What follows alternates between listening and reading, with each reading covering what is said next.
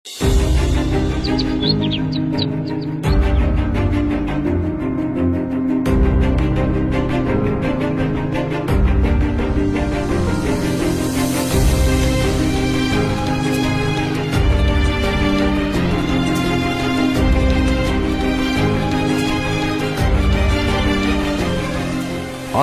চোখে নীল ছিল নিছকই একজন চাকর। সে সারাদিন আদ্রিতার ভাই ফরমাস খেটেও ওকে সন্তুষ্ট করতে পারত না।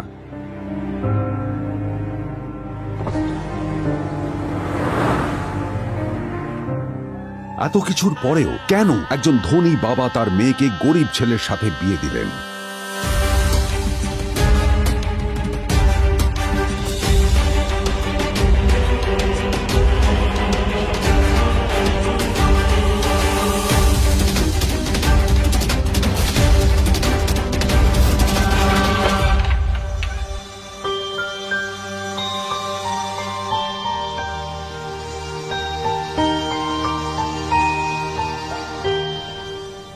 এবং তারপরে সেই মেয়েটি তার গরিব স্বামীর কাছ থেকে নতুন বছরে এমন একটা গিফট পেয়েছিল যে তার চক্ষু স্থির হওয়ার জোগাড় হয়েছিল। আর ওর স্বামী সম্পর্কে সত্যিটা জানার পর তো ও প্রায় অজ্ঞান হয়ে গিয়েছিল।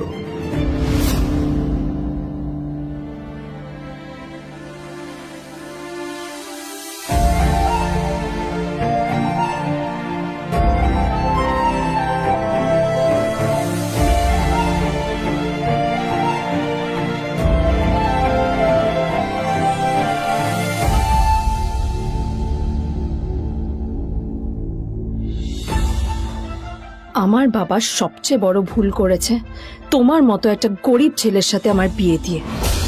আমার সব বন্ধুদের স্বামীরা ওদের কত দামি দামি গিফট দেয়, আর তুমি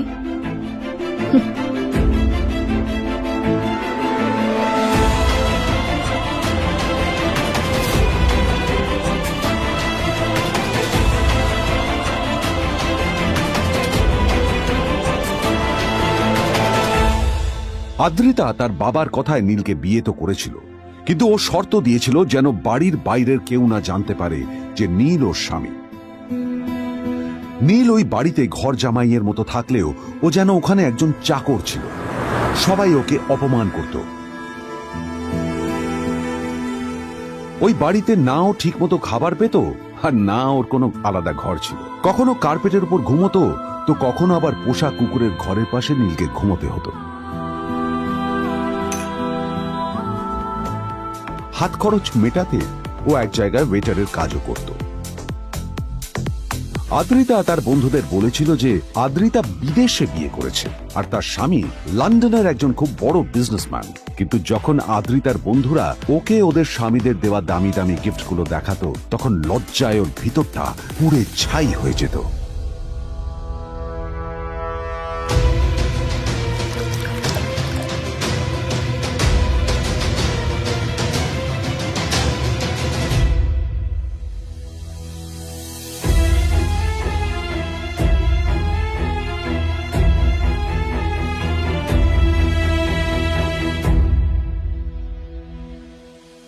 এই যে শোনো, নিউ ইয়ারে আমার একটা গিফট চাই তোমার থেকে। আর গিফট যেন দামি হয়, হ্যাঁ, মানে খুব দামি, কয়েক লাখ টাকা। ওকে? কয়েক লাখ টাকা? কিন্তু অদ্রিতা, এত টাকা আমি একসাথে কখনো দেখিনি। তোমাকে এত দামি গিফট আমি কি করে দেব? এটা তো তোমার বিয়ে করার আগে ভাবা উচিত ছিল। একজন পুরুষ মানুষ হয়ে নিজের স্ত্রীর এইটুকু ইচ্ছা তুমি পূরণ করতে পারবে না? স্ত্রীর এই কথাগুলো নীলকে আহত করে। নিঃশব্দে ওখান থেকে চলে যায় নীল।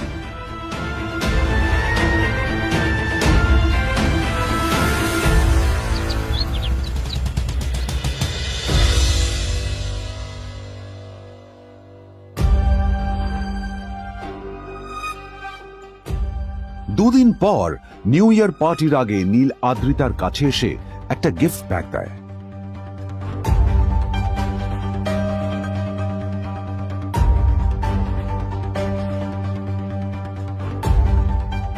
আদ্রিতা মুখ বেজার করে বাক্সটা খুলল, তবে তারপর বাক্সের ভেতরে গিফটটা দেখতেই ও চমকে গেল।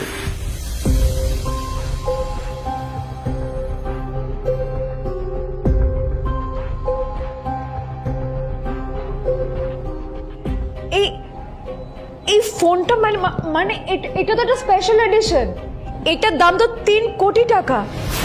তুমি এটা পেলে কোথা থেকে? আসলে আসলে এটা অরিজিনাল নয়। আমি ওই ফোনটারই একটা কপি এনেছি।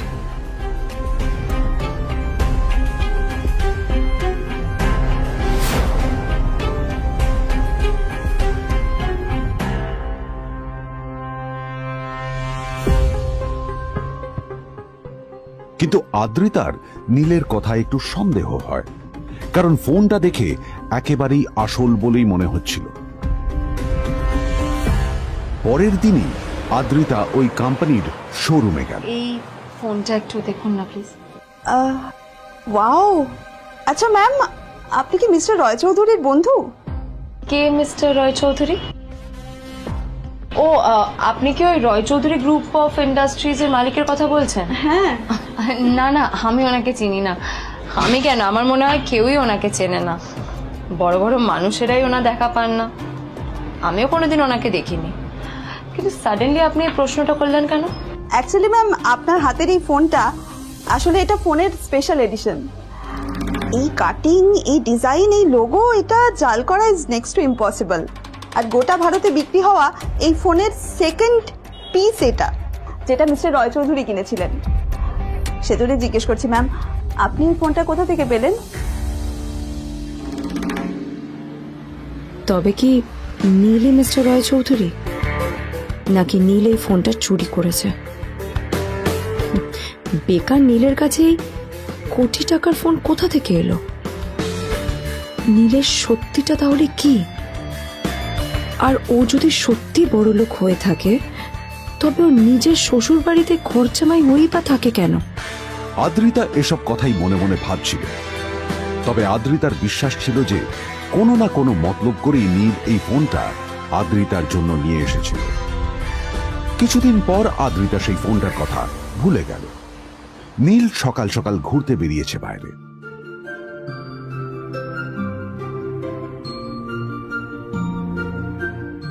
কটা বাজে রে? আমার খুব লেট হয়ে গেছে বুঝলি। তোরা খেল, ঠিক আছে? তোরা খেল, আমি আসছি।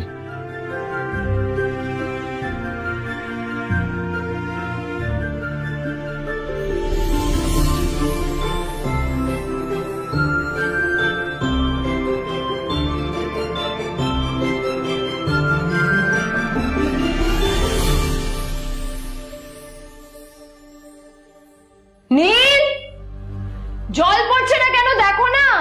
নীল, নীল, নীল কোথায় গেল? নীল,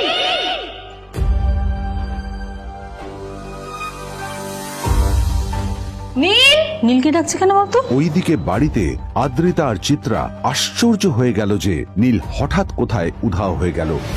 মা তোমাকে কিছু বলে গেছে নীল? হ্যাঁ, কোথায় গেছে ও? না, আমি ওর কোনো খোঁজ খবর রাখি না। এবার একটা কথা মনে হচ্ছে, ওকে না এবার একটু শীতে করতে হবে। একটা কাজে যদি আসতো ছেলেটা, যখনই কোনো কাজের কথা বলি ভ্যানিশ হয়ে যায়।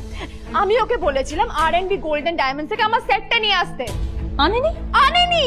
আজকেও ভালো করে অফিসে নিয়ে যাব, ভ্যানিশ হয়ে গেল। কোথায় গেল কে জানে। আমার ভাগ্যে জুটেছে এরকম একটা ছেলে। দিদি, তুমি কেন বিয়েটা দিয়েছিলে আমাকে? এটা আবার কি বলছিস? আমার কি দোষ? দেখ, ওই অসভ্য ছেলেটার সাথে বিয়ে দিতে চাইনি। যা করেছে তোর বাবা করেছে, এটা আমার কোনো দোষ। তখনই হঠাৎ নীল সেখানে এসে উপস্থিত হলো, কিন্তু ও দুজনকে উপেক্ষা করে ভিতরে চলে যাওয়াই শ্রেয় মনে করল।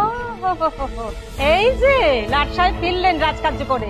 এদিকে এসো, তোমার ফাঁকিবাজির আলোচনাই এখানে চলছে। মা এসো। প্লিজ থাক, মা থাক, ভাল লাগছে না। এমনিতেই অফিসের জন্য আমার লেট হয়ে যাচ্ছে, আর বিজন আমার ওয়েটও করছে। বিজনের নাম শুনেই নীলের মুখটা ফ্যাকাশে হয়ে গেল। আদ্রিতা নীলকে উপেক্ষা করেই বলল, আরে যে এই ছেলেটার মতো আর একটা ফাঁকি বাজনা তুমি পাবে না। তুমি কেন দাঁড়িয়ে আছো? এই যে শোনো শোনো শোনো শোনো, দাঁড়িয়ে আছো কেন? তোমাকে আমি বলেছিলাম R&B গোল্ড ডায়মন্ড থেকে সেটটা তুলেছো, তোলোনি তো। এইটা চাই না আমার। তুমি আমার সাথে অফিসে যাবে, ফেরার পথে তুমি সেটটা নিয়ে আসবে। তোমার জন্য সবসময় লেট হয়ে অফিসে, তোমার জন্য বিরক্ত লাগে। আর ব্যাগটা নিয়ে ওর পেছন পেছন কোথায় যাচ্ছ? যা দিয়ে ওখানে রেখে এসো। নীল চিত্রার সাথে মাঝে মাঝে ঝগড়া করলেও তার স্ত্রী আদ্রিতার সাথে ও কখনো ঝগড়া করত না। সত্য সব অপদার্থ।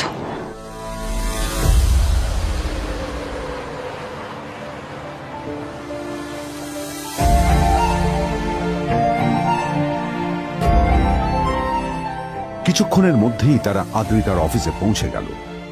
আদ্রিতা গাড়ি থেকে নামতে নামতে দেখলো যে তার কাছে অনেকগুলো ফাইল আছে। নীলের দিকে তাকিয়ে ওকেই ফাইলগুলো নিয়ে ভেতরে আসতে বলল। চলো, হা করে দাঁড়িয়ে আছো কেন? ফাইলগুলো নিয়ে ভেতরে এসো।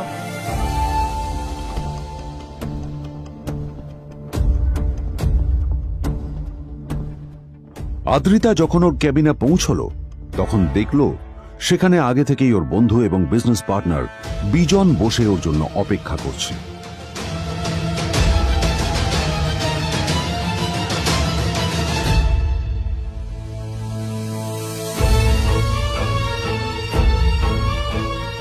কোথায় ছিলে বলো?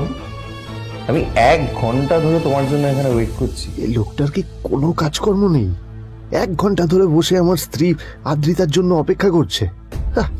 সরি বিজন, আমি খুবই দুঃখিত যে বাড়ির কিছু লোকের জন্য না আমার সবসময় লেট হয়ে যায়। আদ্রিতার কথা শোনার পর বিজনের 1 ঘন্টা অপেক্ষা করার অভিযোগ 1 মুহূর্তের মধ্যে মিলিয়ে গিয়েছিল। কি হলো, হাসছো কেন? লটারি পেলে নাকি? লটারি? হ্যাঁ, তুমি আসা মানে আমার কাছে লটারির থেকেও বেশি দাম। তবে তার থেকে কিঞ্চিত কম দামি একটা গিফট আমি তোমার জন্য এনেছি।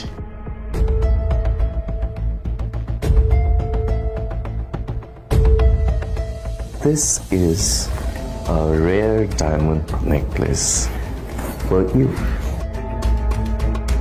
এটা আমার জন্য? সত্যি? এই শহরে এটা খুঁজে পাওয়া খুব বিরল।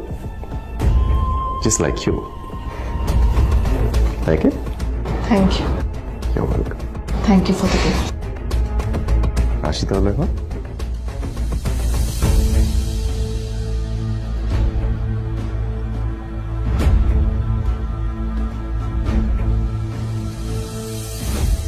আদ্রিতা, আমি আজ পর্যন্ত তোমাকে কোনো রকম উপদেশ দিইনি, কিন্তু আজ আমি তোমাকে বলতে বাধ্য হচ্ছি।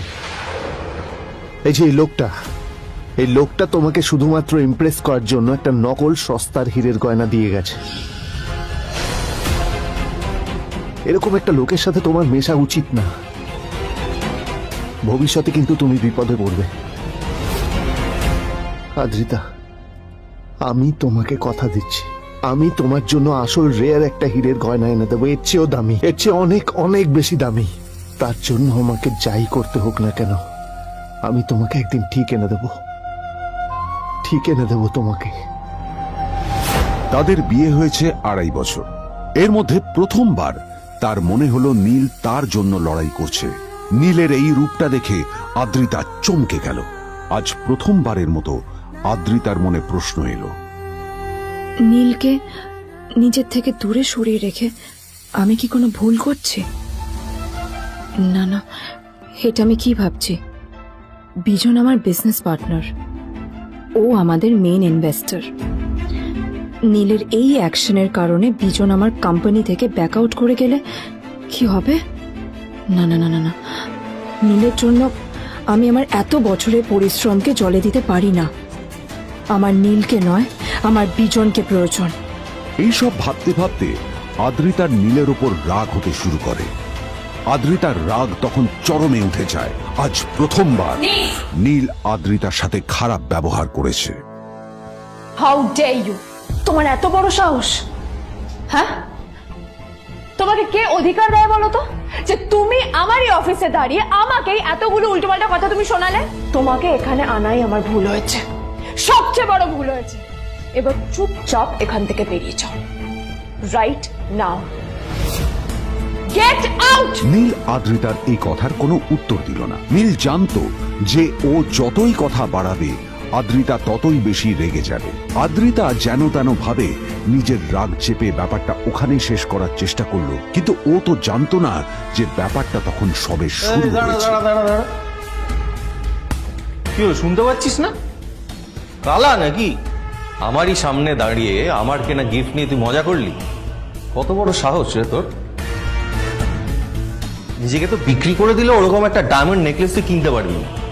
তোর এই গরিবের পারফিউম, সস্তা শার্ট, পায়ে একটা ফাটা চপ্পল নিয়ে নিজেকে বড় হিরো মনে করছিস? তোর নিজের কত দাম সেটা তোর নিজের জানা উচিত। Zero, big zero. সালা খরচা মাই চল।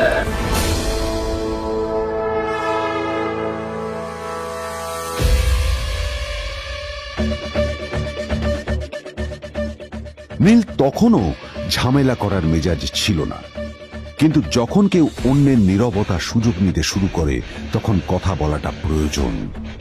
নীল আঙুল তুলে পেছনের দিকে ইশারা করে। প্রথম কথা, ওই যে ওখানে দাঁড়িয়ে আছে, ও আমার স্ত্রী।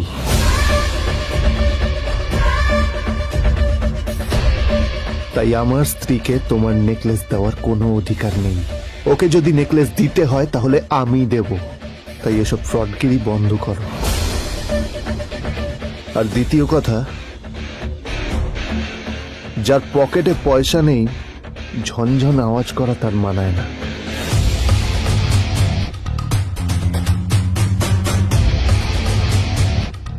নীল বিজনকে তার সোয়াগ দেখিয়ে বেরিয়ে গেল।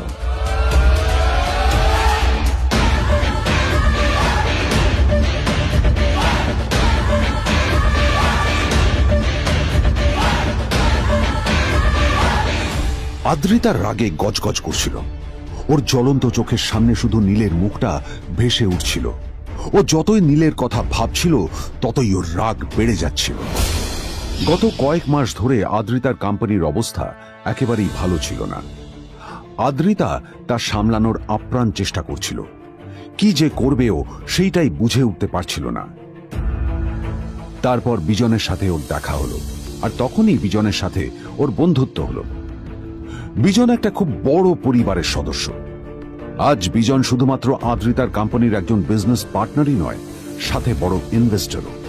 আর শুধুমাত্র বিজনের কারণেই আদ্রিতার কোম্পানি এখনো চলছে। এই কোম্পানির সমস্ত লস বিজনই বহন করে এবং আদ্রিতারও ওকে তাই খুব প্রয়োজন। বিজনের সাথে বন্ধুত্ব করা আদ্রিতার পক্ষে সহজ কাজ ছিল না। অনেক কাঠখড় পুড়িয়ে আদ্রিতা ওর কাছাকাছি এসেছিল। সবকিছু ঠিকঠাকই চলছিল, সবকিছুই আদ্রিতার প্ল্যান অনুযায়ী হচ্ছিল, কিন্তু নীল আজ এসে সবকিছু নষ্ট করে দিল। জাস্ট কি দরকার ছিল বুঝতে পারছি না। কি দরকার ছিল নীলের বিজনকে এতগুলো কথা শোনানোর? এবার বিজন আমাকে টাকা দেবে কিনা সেটাও জানি না। আমার কোম্পানিতে ইনভেস্ট করতে চাইবে কিনা সেটাও বুঝতে পারছি না। কি করব?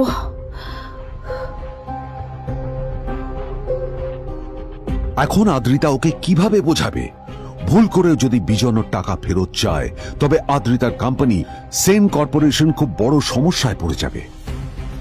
তারপর কি হবে? সেন পরিবারের দেখভাল কে করবে? এইসব ভাবতে ভাবতে আদ্রিতা নিজের উপরেও রেগে গেল। আসলে দোষটা ওর নিজেরই। আদ্রিতা কেন নীলকে ওদের মাঝে আনতে গেল? নীলকে অফিসে নিয়ে আসারই বা কি দরকার ছিল?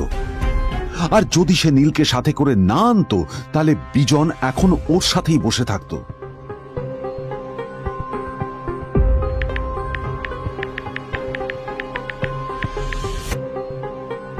প্যামেলা, আমি মিটিংয়ে বেরোবো, আমার চেঞ্জটা একটু নিয়ে এসো প্লিজ। Thank you. আর অন্যদিকে সেন কর্পোরেশনের অফিস থেকে বেরিয়ে নীলের খুব ফুরফুরে লাগছিল। তখনই হঠাৎ ওর ফোনটা বেজে উঠল। ফোনটা ছিল মিস্টার রায় চৌধুরীর। তিনি ছিলেন শহরের সব থেকে বড় বিজনেসম্যান। হ্যাঁ মিস্টার রায়চৌধুরী, আমি আপনাকেই ফোন করতে যাচ্ছিলাম। আমি একজন বিশেষ লোকের সাথে তোমার একটা মিটিং ফিক্স করেছি। ওর অ্যাড্রেস আমি তোমাকে টেক্সট করে দিয়েছি। আমি চাই তুমি ওই লোকটার সাথে মিট করো। ঠিক আছে, আমি যে কোনো কারোর সাথে দেখা করতে পারি, কিন্তু তার জন্য আপনাকে আমার দুটো শর্ত মানতে হবে। প্রথমটা, আমার জন্য একটা রেয়ার হীরের নেকলেস আপনাকে জোগাড় করে আনতে হবে। আর দ্বিতীয়টা, আমি আপনাকে টেক্সট করছি, এটাও কিন্তু একই রকম জরুরি। এই দুটো কাজ আপনাকে যত তাড়াতাড়ি সম্ভব করে ফেলতে হবে আমার জন্য, ঠিক আছে? তোমার অ্যাকাউন্টে কিছু টাকা পাঠিয়েছি। কিছু জামা কাপড় কেনো, যাতে তুমি ভদ্র সমাজে আসার যোগ্য হও আর তোমাকে আমি স্বামীর পরিচয় দিতে লজ্জা না পাই। তোমার কারণে আমার পরিবার লজ্জা পাবে, আমি সেটা চাই না। যখনই দেখি তখনই তুমি ভিকিরির মতো ছেঁড়া ফাটা জামা কাপড় পরে থাকো। আসলে আদ্রিতার বাড়িতে আজ ফ্যামিলি ডিনার পার্টি ছিল, আর শেষবার নীলের জন্য ওকে অনেক ঝামেলা পোহাতে হয়েছিল। মেসেজ পড়ে নীল ফোনটা নিজের পকেটে রেখে রাস্তার ধারে গিয়ে একটা ট্যাক্সি থামানোর জন্য হাত বাড়িয়ে দিল। নীল ট্যাক্সি ধরে গোল্ডেন সিটি অ্যাভিনিউর দিকে বেরিয়ে পড়ল। গোল্ডেন সিটি অ্যাভিনিউ শুধু কলকাতারই নয়, এটা ছিল সারা পশ্চিমবঙ্গের সবচেয়ে বিলাসবহুল সোসাইটিগুলোর মধ্যে একটা। আসলে এই সেই জায়গা যেখানে মিস্টার রায়চৌধুরী আজ তার জন্য গোপন মিটিং ফিক্স করেছিলেন। কিন্তু নীল কার সাথে দেখা করতে যাচ্ছে এ সম্পর্কে ওর কোনো ধারণাই ছিল না। যখন নীল সেখানে পৌঁছল, ফুলভিলার বাগানে বসে থাকা লোকটিকে দেখে রাগে নীলের রক্ত ফুটতে শুরু করলো। নীল ওখানে না দাঁড়িয়ে বেরিয়ে গেল। তখনই হঠাৎ একটা মেসেজ এলো। আসলে আজ আদ্রিতার ফ্যামিলি গ্যাদারিং এ যাওয়ার আগে নীলকে ওর হাই স্কুলের রিইউনিয়নেও যেতে হতো। গ্র্যাজুয়েশনের পর এত বছরে এই প্রথম নীল তার কোন কলেজ বা স্কুলের রিইউনিয়নে যাচ্ছে। এতগুলো বছরে নীল তার কোনো বন্ধুর সাথেই দেখা করেনি। নীলের তার পুরনো সহপাঠীদের কথা মনে পড়তে লাগলো, যাদের সাথে ও স্কুলে মজা করত। আজ আবার ওদের সকলের সাথে নীলের দেখা হবে।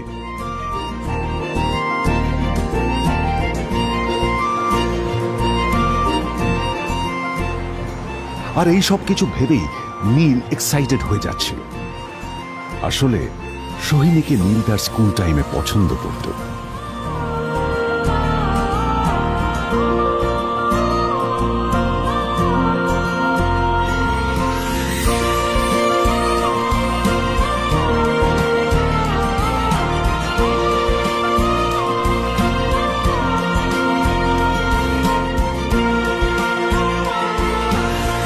অন্যদিকে সেম কর্পোরেশনে ইনভেস্টরদের সঙ্গে আদ্রিতার মিটিং একেবারেই ভালো যায়নি। তাকে দেখে বেশ গম্ভীর মনে হচ্ছিল।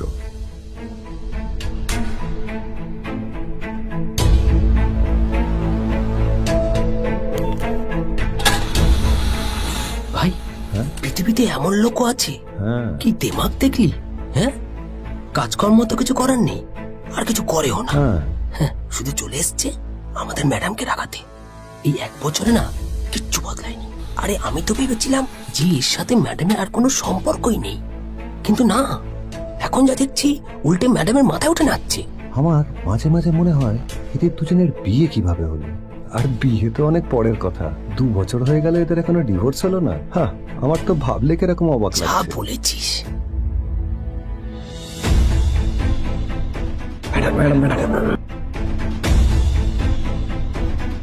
অফিসে চলতে থাকা এইসব কথা শুনে আদ্রিতার আরো রাগ হলো।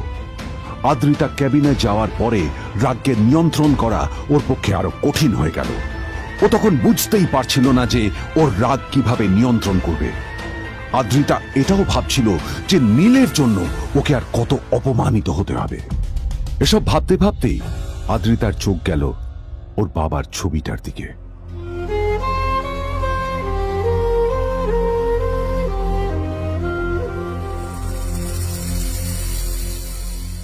আমি তো তোমার সবচেয়ে প্রিয় মেয়ে ছিলাম বাবা, তাই আমি সবসময় ভেবেছি যে তুমি আমার জন্য যাকে সিলেক্ট করবে সে সব থেকে শ্রেষ্ঠ হবে। তাই আমি নিজে থেকে কখনো কোনো রিলেশনশিপে যাইনি, আর তোমার কাছে বিয়ের কোনো শর্তও রাখিনি। কিন্তু তুমি না আমার সাথে কি করলে? এই গাধাটার সাথে আমাকে বিয়ে দিলে। আমার জীবনটা নষ্ট হয়ে গেল, শেষ হয়ে গেল।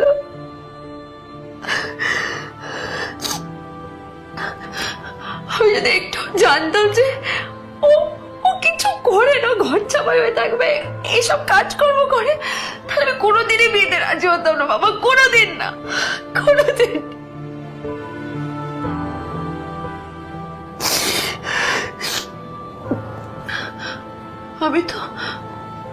আমি তো সবসময় ভাবতাম যে বাবা মারা তাদের সন্তানের ভালো চায়, কল্যাণ চায়, তাদের জন্য চিন্তা করে।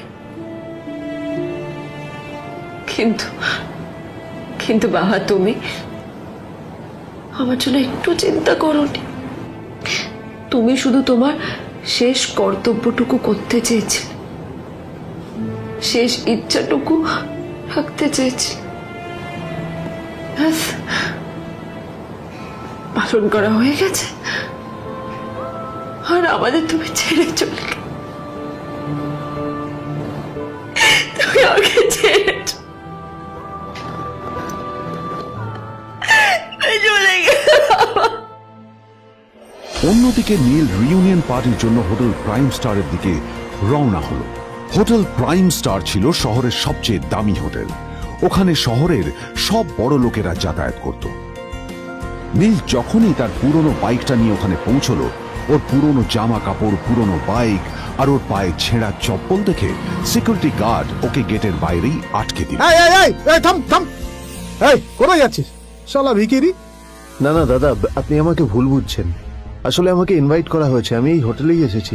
শালা মিথ্যে কথা বলার জায়গা বাস না, হ্যাঁ? মিথ্যে কথা বলার আগে নিজের চেহারাটা তো দেখতিস। এটা একটা প্রাইম হোটেল, বুঝেছিস?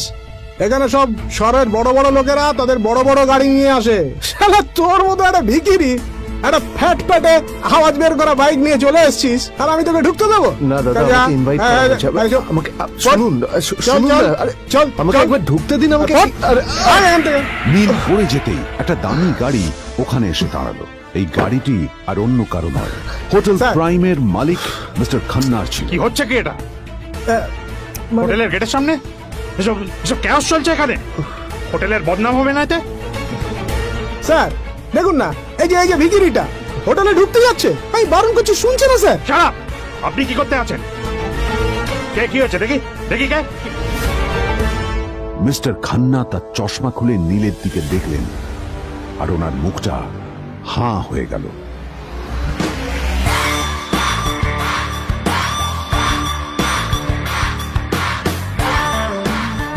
নীল স্যার, আপনি?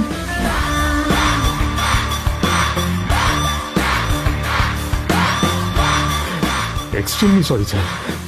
স্যার স্যার, আপনি একটা ইনফর্ম করেননি কেন আমাকে? আপনি আসবেন জানলে তো আমি নিজে রিসিভ করতে আসতাম আপনাকে। ঠিক আছে, আপনি ব্যস্ত হবেন না প্লিজ। জানোইনি কে? নিজের বসকে এভাবে একজন ভিখারিকে হাতে পায়ে ধরতে দেখে গার্ডটিও অবাক হয়ে গেল। আরে sir, sorry sir, extremely sorry, আপনি আমার সঙ্গে আসুন। সরি স্যার, সরি, ভুল হয়ে গেছে স্যার। সালাম স্যার। নীল কি তবে সত্যিই একজন খুব বড়লোক কেউ?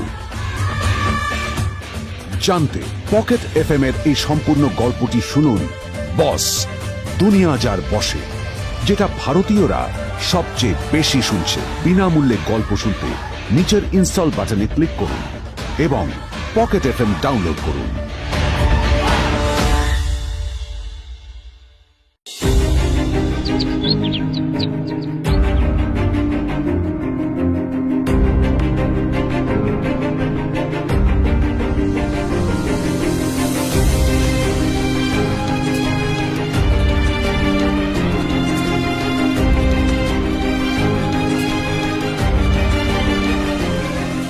আদ্রিতার চোখে নীল ছিল নিছকই একজন চাকর।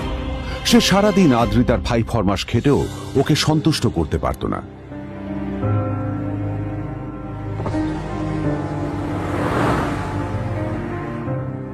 এত কিছুর পরেও কেন একজন ধনী বাবা তার মেয়েকে গরিব ছেলের সাথে বিয়ে দিলেন?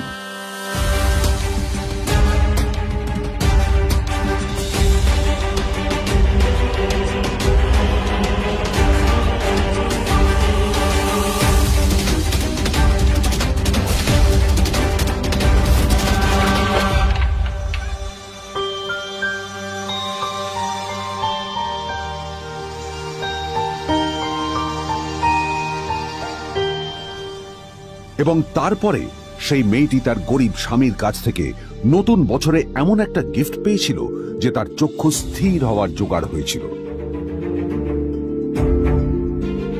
আর ওর স্বামী সম্পর্কে সত্যিটা জানার পর তো ও প্রায় অজ্ঞান হয়ে গিয়েছিল।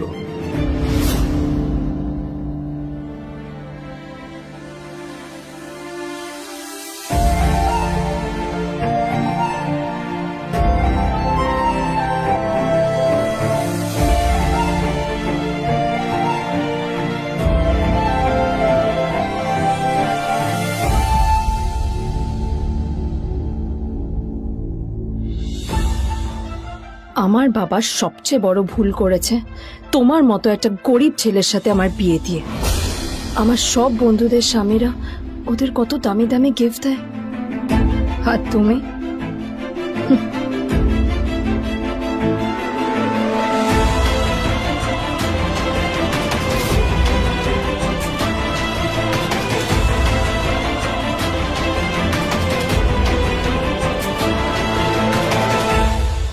আদ্রিতা তার বাবার কথায় নীলকে বিয়ে তো করেছিল, কিন্তু ও শর্ত দিয়েছিল যেন বাড়ির বাইরের কেউ না জানতে পারে যে নীল ওর স্বামী। নীল ওই বাড়িতে ঘর জামাইয়ের মতো থাকলেও ও যেন ওখানে একজন চাকর ছিল। সবাই ওকে অপমান করত। ওই বাড়িতে না ও ঠিক মতো খাবার পেত, আর না ওর কোনো আলাদা ঘর ছিল। কখনো কার্পেটের উপর ঘুমোতো, তো কখনো আবার পোষা কুকুরের ঘরের পাশে নীলকে ঘুমোতে হতো। হাত খরচ মেটাতে ও এক জায়গায় ওয়েটারের কাজও করত। আদ্রিতা তার বন্ধুদের বলেছিল যে আদ্রিতা বিদেশে বিয়ে করেছে, আর তার স্বামী লন্ডনের একজন খুব বড় বিজনেসম্যান। কিন্তু যখন আদ্রিতার বন্ধুরা ওকে ওদের স্বামীদের দেওয়া দামি দামি গিফটগুলো দেখাতো, তখন লজ্জায় ওর ভিতরটা পুড়ে ছাই হয়ে যেত।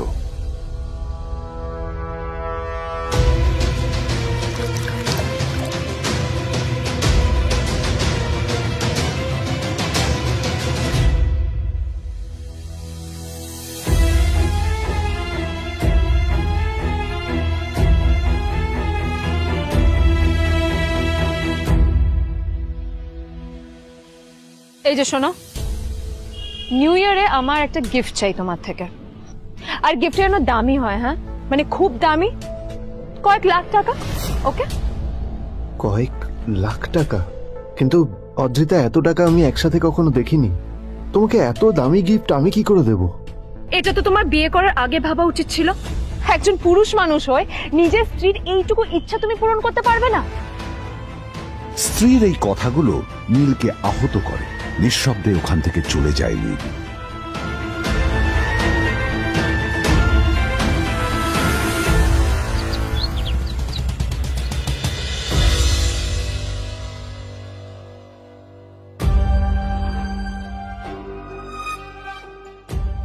দুদিন পর নিউ ইয়ার পার্টির আগে নীল আদ্রিতার কাছে এসে একটা গিফট ব্যাগ দেয়।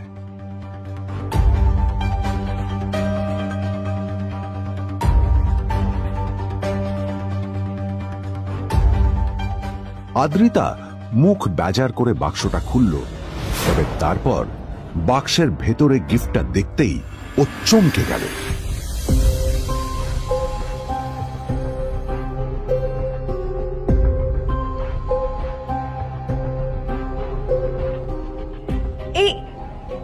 এই ফোনটা মানে এটা তো একটা স্পেশাল এডিশন।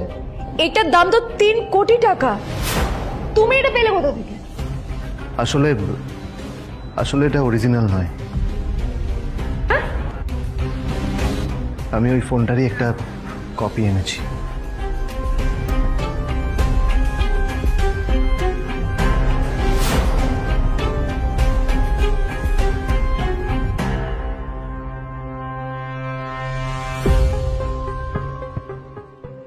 কিন্তু আদ্রিতার নীলের কথা একটু সন্দেহ হয়, কারণ ফোনটা দেখে একেবারেই আসল বলেই মনে হচ্ছিল। পরের দিনই আদ্রিতা ওই কোম্পানির শোরুমে গেল। এই ফোনটা একটু দেখুন না প্লিজ। ওয়াও, আচ্ছা ম্যাম, আপনি কি মিস্টার রয় চৌধুরীর বন্ধু? কে মিস্টার রয় চৌধুরী? ও, আপনি কি ওই রয় চৌধুরী গ্রুপ অফ ইন্ডাস্ট্রিজ এর মালিকের কথা বলছেন? হ্যাঁ। না না, আমি ওনাকে চিনি না। আমি কেন? আমার মনে হয় কেউই ওনাকে চেনে না। বড় বড় মানুষেরাই ওনা দেখা পান না। আমিও কোনোদিন ওনাকে দেখিনি। কিন্তু সাডেনলি আপনি এই প্রশ্নটা করলেন কেন? অ্যাকচুয়ালি ম্যাম, আপনার হাতের এই ফোনটা আসলে এটা ফোনের স্পেশাল এডিশন। এই কাটিং, এই ডিজাইন, এই লোগো, এটা জাল করা ইজ নেক্সট টু ইম্পসিবল। আর গোটা ভারতে বিক্রি হওয়া এই ফোনের সেকেন্ড পিস এটা, যেটা মিস্টার রয় চৌধুরী কিনেছিলেন। সেজন্য জিজ্ঞেস করছি ম্যাম, আপনি এই ফোনটা কোথা থেকে পেলেন? তবে কি নীলই মিস্টার রয় চৌধুরী, নাকি নীল এই ফোনটা চুরি করেছে? বেকার নীলের কাছে এই কোটি টাকার ফোন কোথা থেকে এলো? নীলের সত্যিটা তাহলে কি? আর ও যদি সত্যি বড় লোক হয়ে থাকে, তবে ওর নিজের শ্বশুর বাড়িতে খরচামাই হয়েই বা থাকে কেন? আদ্রিতা এসব কথাই মনে মনে ভাবছিল। তবে আদ্রিতার বিশ্বাস ছিল যে কোনো না কোনো মতলব করেই নীল এই ফোনটা আদ্রিতার জন্য নিয়ে এসেছিল। কিছুদিন পর আদ্রিতা সেই ফোনটার কথা ভুলে গেল। নীল সকাল সকাল ঘুরতে বেরিয়েছে বাইরে।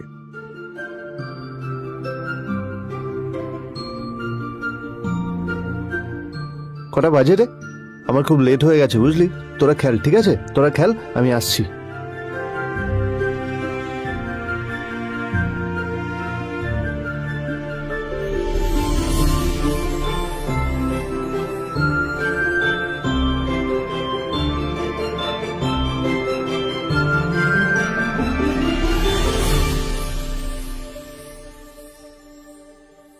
নীল, জল পড়ছে না কেন দেখো না।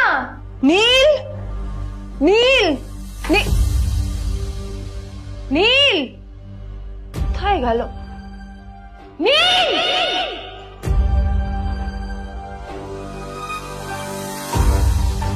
নীল, নীলকে ডাকছে কেন বলতো? ওইদিকে বাড়িতে আদ্রিতা আর চিত্রা আশ্চর্য হয়ে গেল যে নীল হঠাৎ কোথায় উধাও হয়ে গেল।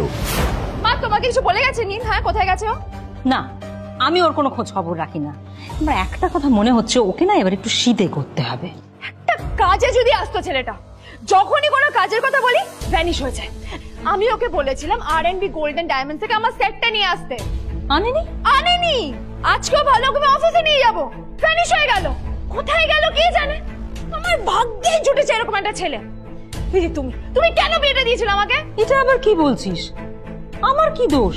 দেখ, ওই অসভ্য ছেলেটার সাথে বিয়ে দিতে চাইনি। যা করেছে তোর বাবা করেছে, এটা আমার কোনো দোষ। তখনই হঠাৎ নীল সেখানে এসে উপস্থিত হলো, কিন্তু ও দুজনকে উপেক্ষা করে ভিতরে চলে যাওয়াই শ্রেয় মনে করল। এই যে লাট সাহেব ফিরলেন রাজকার্য করে। এদিকে এসো, তোমার ফাঁকিবাজির আলোচনাই এখানে চলছে। মা এসো। প্লিজ থাক, মা থাক, ভাল লাগছে না। এমনিতেই অফিসের জন্য আমার লেট হয়ে যাচ্ছে, আর বিজন আমার ওয়েটও করছে। বিজনের নাম শুনেই নীলের মুখটা ফ্যাকাশে হয়ে গেল। আদ্রিতা নীলকে উপেক্ষা করেই বলল, আরে যে এই ছেলেটার মতো আর একটা ফাঁকিবাজ না তুমি পাবে না। তুমি কেন দাঁড়িয়ে আছো? এই যে শোনো শোনো শোনো শোনো, দাঁড়িয়ে আছো কেন? তোমাকে আমি বলেছিলাম R&B গোল্ড ডায়মন্ড থেকে আমার সেটটা তুলেছো, তোলোনি তো। এইটা চাই না আমার। তুমি আমার সাথে অফিসে যাবে, ফেরার পথে তুমি সেটটা নিয়ে আসবে। তোমার জন্য সবসময় লেট হয়ে অফিসে, তোমার জন্য বিরক্ত লাগে। আর ব্যাগটা নিয়ে ওর পেছন পেছন কোথায় যাচ্ছ? যা দিয়ে ওখানে রেখে এসো। নীল চিত্রার সাথে মাঝে মাঝে ঝগড়া করলেও তার স্ত্রী আদ্রিতার সাথে ও কখনো ঝগড়া করত না। সত্য সব অপদার্থ।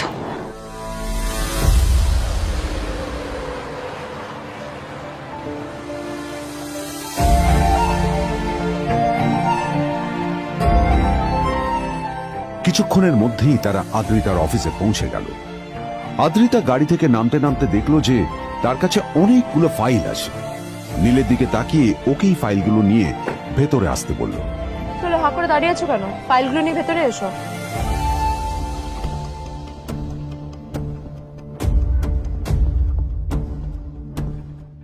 আদ্রিতা যখন ওর ক্যাবিনে পৌঁছলো, তখন দেখলো সেখানে আগে থেকেই ওর বন্ধু এবং বিজনেস পার্টনার বিজন বসে ওর জন্য অপেক্ষা করছে।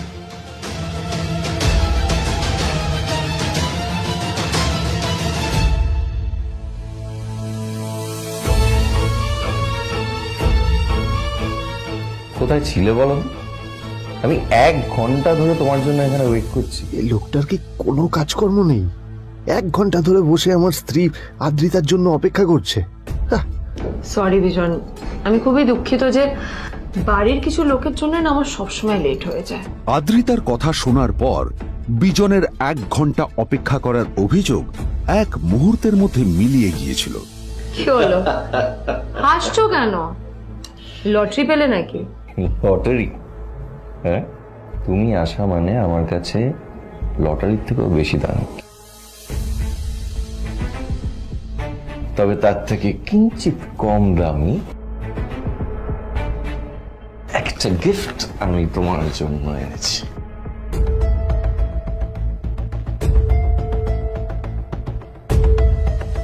This is a rare diamond necklace for you. এটা আমার জন্য সত্যি? এই শহরে এটা খুঁজে পাওয়া খুব বিরল। Just like you. Like it? Thank you, You're welcome. Thank you for the gift. আসি তাহলে এখন।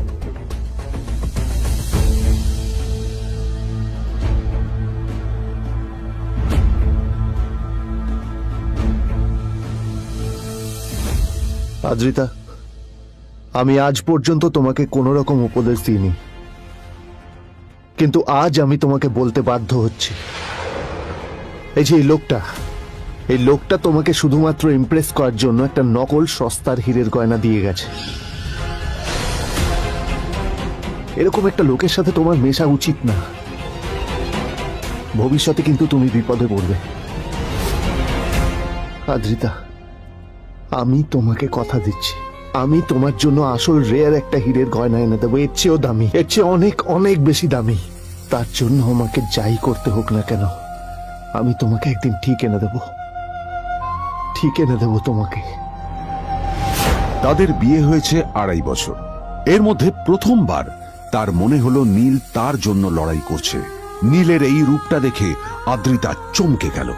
আজ প্রথমবারের মতো আদ্রিতার মনে প্রশ্ন এলো, নীলকে নিজের থেকে দূরে সরিয়ে রেখে আমি কি কোনো ভুল করছি? না না, এটা আমি কি ভাবছি? বিজন আমার বিজনেস পার্টনার, ও আমাদের মেইন ইনভেস্টর। নীলের এই অ্যাকশনের কারণে বিজন আমার কোম্পানি থেকে ব্যাক আউট করে গেলে কি হবে? না না না না না, নীলের জন্য আমি আমার এত বছরের পরিশ্রমকে জলে দিতে পারি না। আমার নীলকে নয়, আমার বিজনকে প্রয়োজন। এইসব ভাবতে ভাবতে আদ্রিতার নীলের ওপর রাগ হতে শুরু করে। আদ্রিতার রাগ তখন চরমে উঠে যায়। আজ প্রথমবার নীল আদ্রিতার সাথে খারাপ ব্যবহার করেছে। How dare you! তোমার এত বড় সাহস!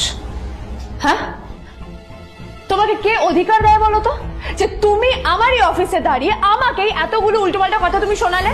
তোমাকে এখানে আনাই আমার ভুল হয়েছে, সবচেয়ে বড় ভুল হয়েছে। এবার চুপচাপ এখান থেকে বেরিয়ে যাও, right now. Get out! Neel আদ্রিতার এই কথার কোনো উত্তর দিল না। নীল জানতো যে ও যতই কথা বাড়াবে আদ্রিতা ততই বেশি রেগে যাবে। আদ্রিতা যেন তেন ভাবে নিজের রাগ চেপে ব্যাপারটা ওখানেই শেষ করার চেষ্টা করলো, কিন্তু ও তো জানতো না যে ব্যাপারটা তখন সবে শুরু হয়েছে। কি হলো, শুনতে পাচ্ছিস না? কালা নাকি? আমারই সামনে দাঁড়িয়ে আমার কেনা গিফট নিয়ে তুই মজা করলি? কত বড় সাহস রে তোর! নিজেকে তো বিক্রি করে দিলে ওরকম একটা ডায়মন্ড নেকলেস তুই কিনতে পারবি না। তোর এই গরিবের পারফিউম, সস্তা শার্ট, পায়ে একটা ফাটা চপ্পল নিয়ে নিজেকে বড় হিরো মনে করছিস? তোর নিজের কত দাম সেটা তোর নিজের জানা উচিত। Zero, big zero. সারা খরচা মাই চল।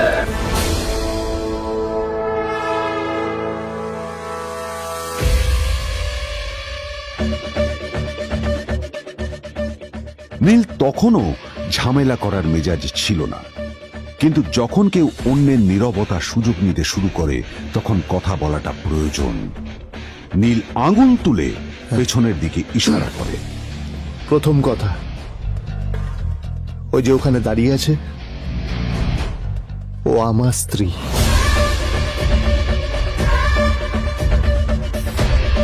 তাই আমার স্ত্রীকে তোমার নেকলেস দেওয়ার কোনো অধিকার নেই। ওকে যদি নেকলেস দিতে হয় তাহলে আমি দেব। তাই এসব ফ্রডগিরি বন্ধ করো। আর দ্বিতীয় কথা,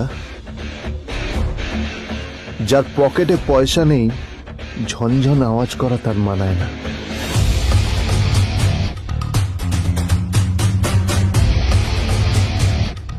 নীল বিজনকে তার সোয়াগ দেখিয়ে বেরিয়ে গেল।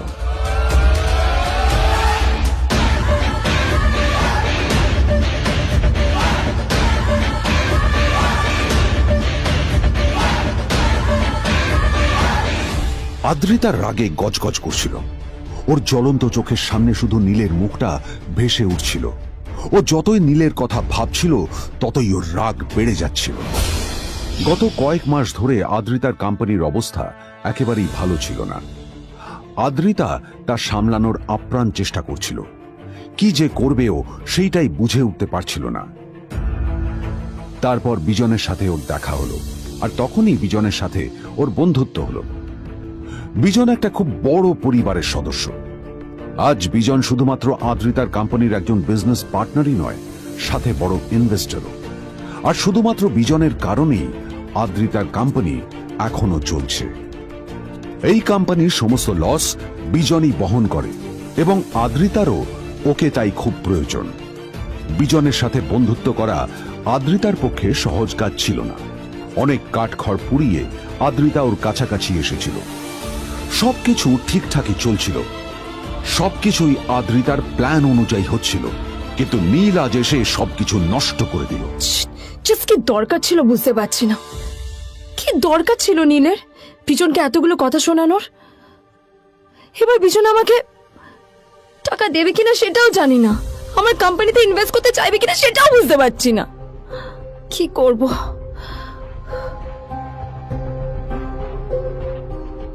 এখন আদ্রিতা ওকে কিভাবে বোঝাবে? ভুল করে যদি বিজন ওর টাকা ফেরত চায় তবে আদ্রিতার কোম্পানি সেন কর্পোরেশন খুব বড় সমস্যায় পড়ে যাবে। তারপর কি হবে? সেন পরিবারের দেখভাল কে করবে? এইসব ভাবতে ভাবতে আদ্রিতা নিজের উপরেও রেগে গেল। আসলে দোষটা ওর নিজেরই। আদ্রিতা কেন নীলকে ওদের মাঝে আনতে গেল? নীলকে অফিসে নিয়ে আসারই বা কি দরকার ছিল? আর যদি সে নীলকে সাথে করে না আনতো তাহলে বিজন এখন ওর সাথেই বসে থাকতো।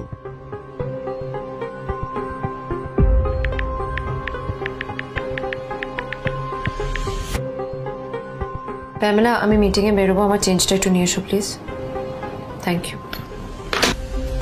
আর অন্যদিকে সেন কর্পোরেশনের অফিস থেকে বেরিয়ে নীলের খুব ফুরফুরে লাগছিল। তখনই হঠাৎ ওর ফোনটা বেজে উঠল। ফোনটা ছিল মিস্টার রায় চৌধুরীর। তিনি ছিলেন শহরের সব থেকে বড় বিজনেসম্যান। হ্যাঁ মিস্টার রায়চৌধুরী, আমি আপনাকেই ফোন করতে যাচ্ছিলাম। আমি একজন বিশেষ লোকের সাথে তোমার একটা মিটিং ফিক্স করেছি। ওর অ্যাড্রেস আমি তোমাকে টেক্সট করে দিয়েছি। আমি চাই তুমি ওই লোকটার সাথে মিট করো। ঠিক আছে, আমি যে কোনো কারোর সাথে দেখা করতে পারি, কিন্তু তার জন্য আপনাকে আমার দুটো শর্ত মানতে হবে। প্রথমটা, আমার জন্য একটা রেয়ার হীরের নেকলেস আপনাকে জোগাড় করে আনতে হবে। আর দ্বিতীয়টা, আমি আপনাকে টেক্সট করছি, এটাও কিন্তু একই রকম জরুরি। এই দুটো কাজ আপনাকে যত তাড়াতাড়ি সম্ভব করে ফেলতে হবে আমার জন্য, ঠিক আছে? তোমার অ্যাকাউন্টে কিছু টাকা পাঠিয়েছি, কিছু জামা কাপড় কেন, যাতে তুমি ভদ্র সমাজে আসার যোগ্য হও আর তোমাকে আমি স্বামীর পরিচয় দিতে লজ্জা না পাই। তোমার কারণে আমার পরিবার লজ্জা পাবে, আমি সেটা চাই না। যখনই দেখি তখনই তুমি ভিখিরির মতো ছেঁড়া ফাটা জামা কাপড় পরে থাকো। আসলে আদ্রিতার বাড়িতে আজ ফ্যামিলি ডিনার পার্টি ছিল, আর শেষবার নীলের জন্য ওকে অনেক ঝামেলা পোহাতে হয়েছিল। মেসেজ পড়ে নীল ফোনটা নিজের পকেটে রেখে রাস্তার ধারে গিয়ে একটা ট্যাক্সি থামানোর জন্য হাত বাড়িয়ে দিল। নীল ট্যাক্সি ধরে গোল্ডেন সিটি অ্যাভিনিউর দিকে বেরিয়ে পড়ল। গোল্ডেন সিটি অ্যাভিনিউ শুধু কলকাতারই নয়, এটা ছিল সারা পশ্চিমবঙ্গের সবচেয়ে বিলাসবহুল সোসাইটিগুলোর মধ্যে একটা। আসলে এই সেই জায়গা যেখানে মিস্টার রায় চৌধুরী আজ তার জন্য গোপন মিটিং ফিক্স করেছিলেন। কিন্তু নীল কার সাথে দেখা করতে যাচ্ছে এ সম্পর্কে ওর কোনো ধারণাই ছিল না। যখন নীল সেখানে পৌঁছলো, পুলভিলার বাগানে বসে থাকা লোকটিকে দেখে রাগে নীলের রক্ত ফুটতে শুরু করলো। নীল ওখানে না দাঁড়িয়ে বেরিয়ে গেল। তখনই হঠাৎ একটা মেসেজ এলো। আসলে আজ আদ্রিতার ফ্যামিলি গ্যাদারিং এ যাওয়ার আগে নীলকে ওর হাই স্কুলের রিইউনিয়নেও যেতে হতো। গ্র্যাজুয়েশনের পর এত বছরে এই প্রথম নীল তার কোন কলেজ বা স্কুলের রিইউনিয়নে যাচ্ছে। এতগুলো বছরে নীল তার কোনো বন্ধুর সাথেই দেখা করেনি। নীলের তার পুরনো সহপাঠীদের কথা মনে পড়তে লাগলো, যাদের সাথে ও স্কুলে মজা করত। আজ আবার ওদের সকলের সাথে নীলের দেখা হবে।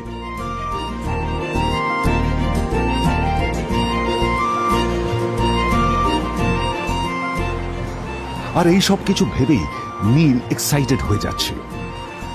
আসলে সোহিনীকে নীল তার স্কুল টাইমে পছন্দ করত।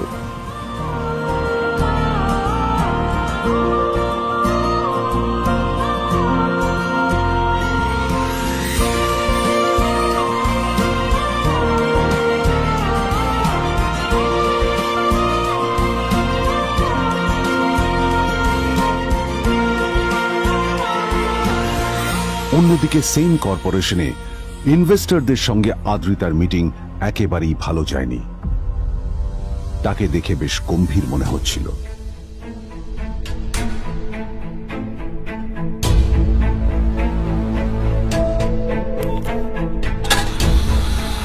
ভাই পৃথিবীতে এমন লোকও আছে, কি দেমাগ দেখলি? হ্যাঁ, কাজকর্ম তো কিছু করার নেই, আর কিছু করেও না। হ্যাঁ, শুধু চলে এসছে আমাদের ম্যাডামকে রাখাতে। এই 1 বছরে না কিচ্ছু বদলায়নি। আরে আমি তো ভেবেছিলাম যে এর সাথে ম্যাডামের আর কোনো সম্পর্কই নেই, কিন্তু না, এখন যা দেখছি উল্টে ম্যাডামের মাথায় উঠে নাচছে। আমার মাঝে মাঝে মনে হয় এদের দুজনের বিয়ে কিভাবে হলো। আর বিয়ে তো অনেক পরের কথা, 2 বছর হয়ে গেল এদের এখনো ডিভোর্স হলো না। হ্যাঁ, আমার তো ভাবলে কিরকম অবাক যা লাগছে। বলেছিস।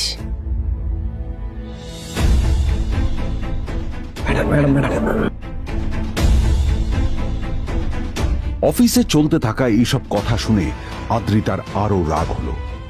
আদ্রিতা ক্যাবিনে যাওয়ার পরে রাগকে নিয়ন্ত্রণ করা ওর পক্ষে আরো কঠিন হয়ে গেল। ও তখন বুঝতেই পারছিল না যে ওর রাগ কিভাবে নিয়ন্ত্রণ করবে। আদ্রিতা এটাও ভাবছিল যে নীলের জন্য ওকে আর কত অপমানিত হতে হবে। এসব ভাবতে ভাবতেই আদ্রিতার চোখ গেল ওর বাবার ছবিটার দিকে।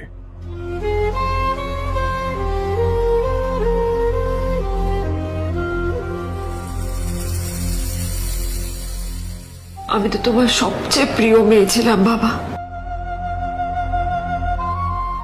তাই তাই আমি সবসময় ভেবেছি যে তুমি আমার জন্য যাকে সিলেক্ট করবে সে সব থেকে শ্রেষ্ঠ হবে। তাই আমি নিজে থেকে কখনো কোনো রিলেশনশিপে যাইনি, আর তোমার কাছে বিয়ের কোনো শর্তও রাখিনি। কিন্তু কিন্তু তুমি না আমার সাথে কি করলে? এই গাধাটার সাথে আমাকে বিয়ে দিলে। আমার আমার জীবনটা নষ্ট হয়ে গেল, শেষ হয়ে গেল।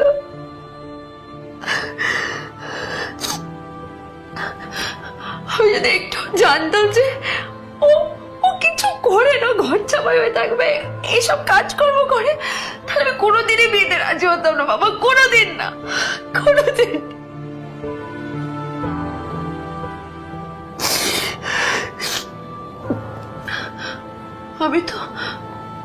আমি তো সবসময় ভাবতাম যে বাবা মারা তাদের সন্তানের ভালো চায়, কল্যাণ চায়, তাদের জন্য চিন্তা করে।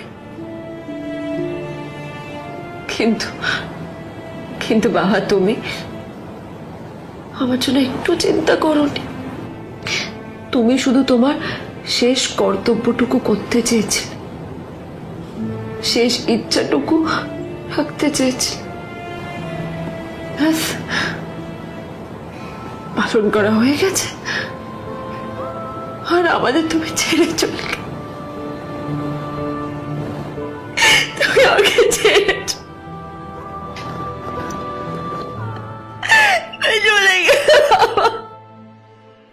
অন্যদিকে নীল রিইউনিয়ন পার্টির জন্য হোটেল প্রাইম স্টারের দিকে রওনা হলো।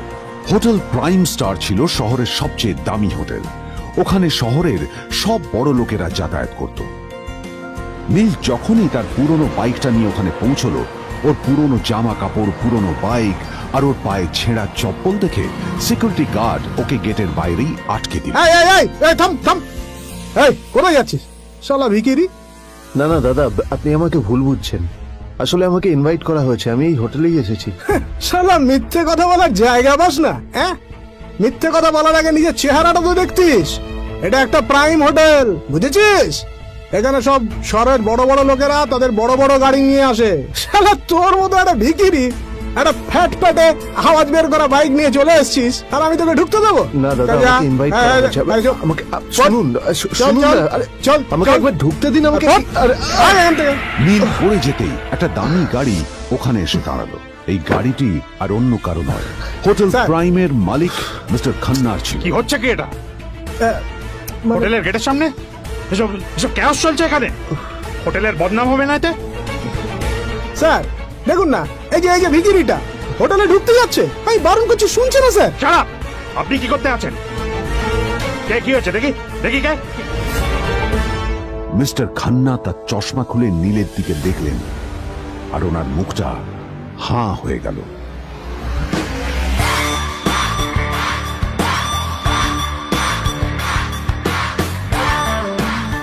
নীল স্যার আপনি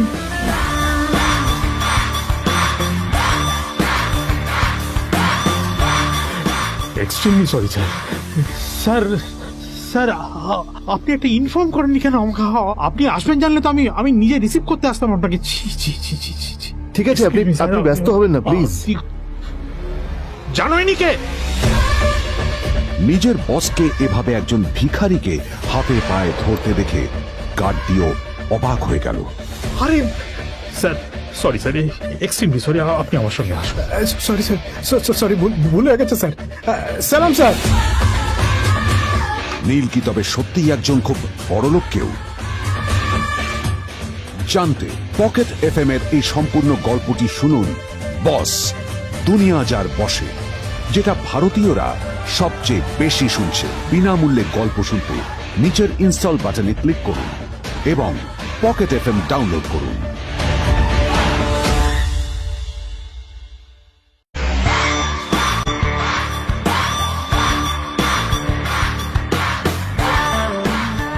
নীল স্যার আপনি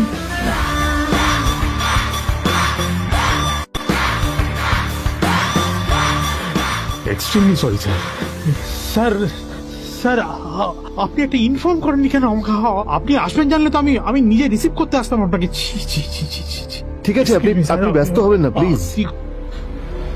জানোইনি কে নিজের বসকে এভাবে একজন ভিখারিকে হাতে পায়ে ধরতে দেখে গার্ডিও অবাক হয়ে গেল। আরে sir sorry sir extremely sorry আপনি আমার সঙ্গে আসুন সরি স্যার, সরি, ভুল হয়ে গেছে স্যার। সালাম স্যার। নীল কি তবে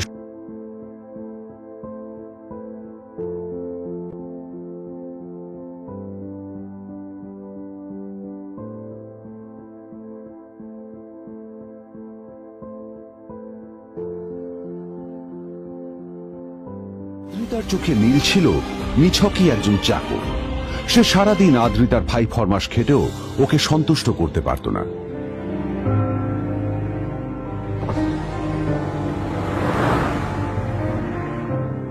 এত কিছুর পরেও কেন একজন ধনী বাবা তার মেয়েকে গরিব ছেলের সাথে বিয়ে দেন?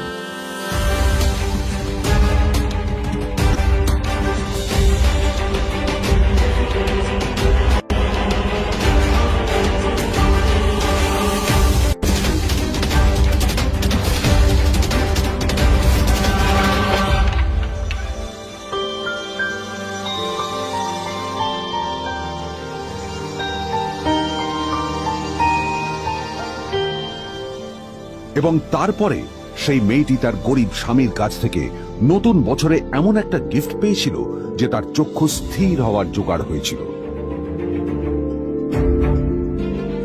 আর ওর স্বামী সম্পর্কে সত্যিটা জানার পর তো ও প্রায় অজ্ঞান হয়ে গিয়েছিল।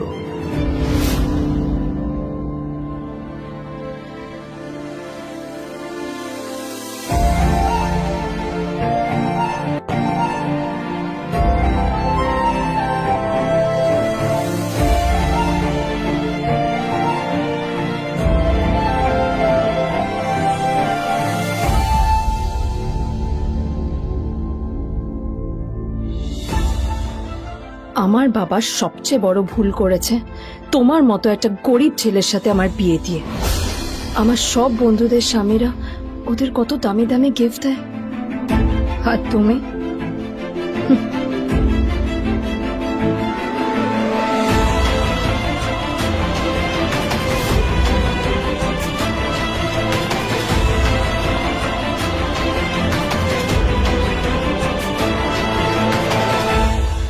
আদ্রিতা তার বাবার কথায় নীলকে বিয়ে তো করেছিল, কিন্তু ও শর্ত দিয়েছিল যেন বাড়ির বাইরের কেউ না জানতে পারে যে নীল ওর স্বামী। নীল ওই বাড়িতে ঘর জামাইয়ের মতো থাকলেও ও যেন ওখানে একজন চাকর ছিল। সবাই ওকে অপমান করত। ওই বাড়িতে না ও ঠিক মতো খাবার পেত, আর না ওর কোনো আলাদা ঘর ছিল। কখনো কার্পেটের উপর ঘুমোতো, তো কখনো আবার পোষা কুকুরের ঘরের পাশে নীলকে ঘুমোতে হতো। হাত খরচ মেটাতে ও এক জায়গায় ওয়েটারের কাজও করত। আদ্রিতা তার বন্ধুদের বলেছিল যে আদ্রিতা বিদেশে বিয়ে করেছে, আর তার স্বামী লন্ডনের একজন খুব বড় বিজনেসম্যান। কিন্তু যখন আদ্রিতার বন্ধুরা ওকে ওদের স্বামীদের দেওয়া দামি দামি গিফটগুলো দেখাতো, তখন লজ্জায় ওর ভিতরটা পুড়ে ছাই হয়ে যেত।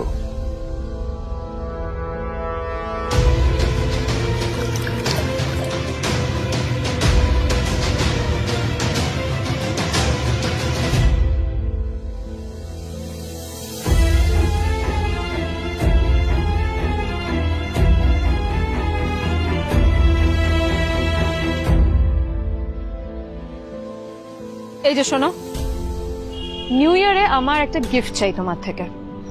আর গিফটটা যেন দামি হয়, হ্যাঁ, মানে খুব দামি, কয়েক লাখ টাকা। ওকে? কয়েক লাখ টাকা?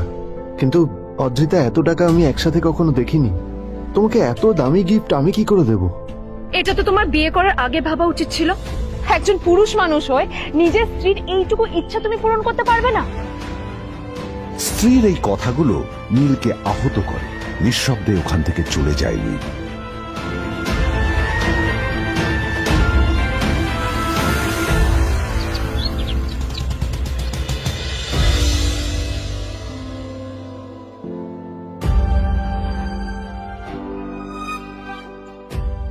দুদিন পর নিউ ইয়ার পার্টির আগে নীল আদ্রিতার কাছে এসে একটা গিফট ব্যাগ দেয়।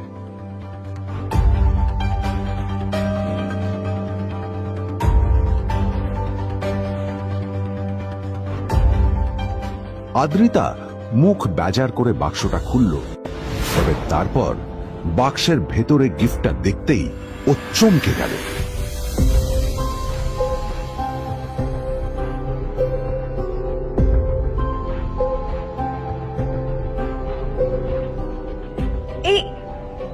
এই ফোনটা মানে এটা তো একটা স্পেশাল এডিশন।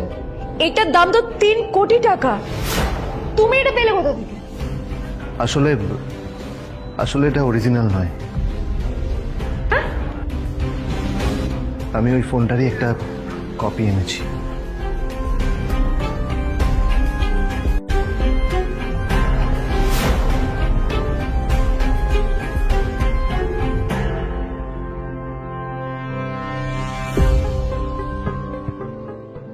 কিন্তু আদ্রিতার নীলের কথা একটু সন্দেহ হয়, কারণ ফোনটা দেখে একেবারেই আসল বলেই মনে হচ্ছিল। পরের দিনই আদ্রিতা ওই কোম্পানির শোরুমে গেল। এই ফোনটা একটু দেখুন না প্লিজ। ওয়াও, আচ্ছা ম্যাম, আপনি কি মিস্টার রয় চৌধুরীর বন্ধু? কে মিস্টার রয় চৌধুরী? ও, আপনি কি ওই রয় চৌধুরী গ্রুপ অফ ইন্ডাস্ট্রিজ এর মালিকের কথা বলছেন? হ্যাঁ। না না, আমি ওনাকে চিনি না। আমি কেন, আমার মনে হয় কেউই ওনাকে চেনে না। বড় বড় মানুষেরাই ওনা দেখা পান না। আমিও কোনোদিন ওনাকে দেখিনি। কিন্তু সাডেনলি আপনি এই প্রশ্নটা করলেন কেন? অ্যাকচুয়ালি ম্যাম, আপনার হাতের এই ফোনটা আসলে এটা ফোনের স্পেশাল এডিশন। এই কাটিং, এই ডিজাইন, এই লোগো, এটা জাল করা ইজ নেক্সট টু ইম্পসিবল। আর গোটা ভারতে বিক্রি হওয়া এই ফোনের সেকেন্ড পিস এটা, যেটা মিস্টার রয় চৌধুরী কিনেছিলেন। সেতুরে জিজ্ঞেস করছি ম্যাম, আপনি এই ফোনটা কোথা থেকে পেলেন? তবে কি নীলই মিস্টার রয় চৌধুরী, নাকি নীল এই ফোনটা চুরি করেছে? বেকার নীলের কাছে কোটি টাকার ফোন কোথা থেকে এলো? নীলের সত্যিটা তাহলে কি? আর ও যদি সত্যি বড় লোক হয়ে থাকে, তবে ও নিজের শ্বশুর বাড়িতে খরচামাই হয়েই বা থাকে কেন? আদ্রিতা এসব কথাই মনে মনে ভাবছিল।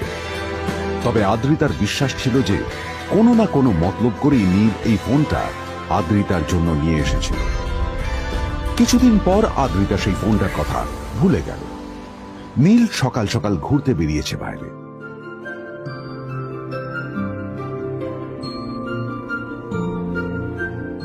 কটা বাজে রে? আমার খুব লেট হয়ে গেছে বুঝলি। তোরা খেল, ঠিক আছে? তোরা খেল, আমি আসছি।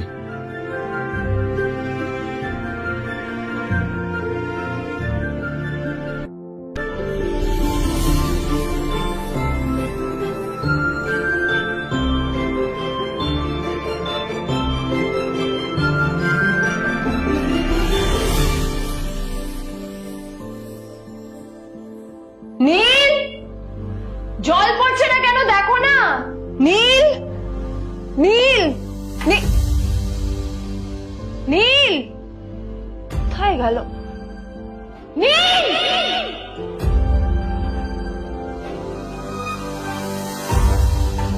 নীল, নীলকে ডাকছে কেন বলতো? ওইদিকে বাড়িতে আদ্রিতা আর চিত্রা আশ্চর্য হয়ে গেল যে নীল হঠাৎ কোথায় উধাও হয়ে গেল।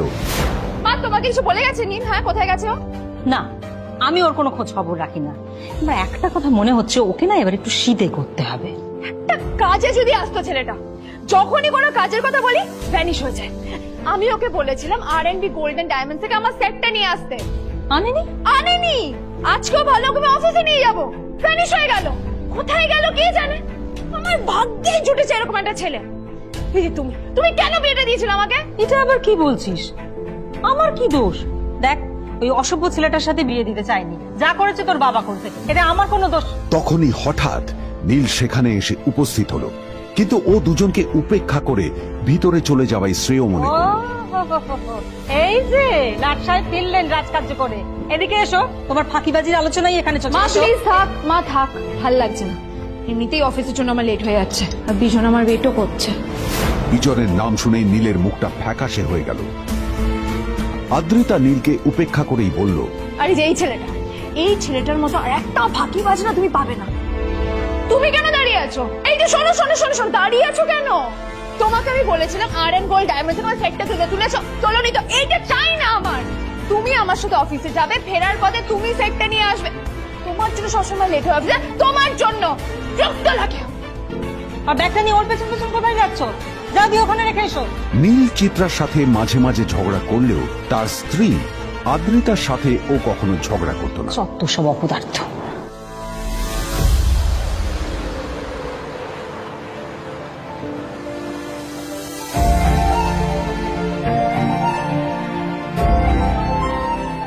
কিছুক্ষণের মধ্যেই তারা আদ্রিতার অফিসে পৌঁছে গেল।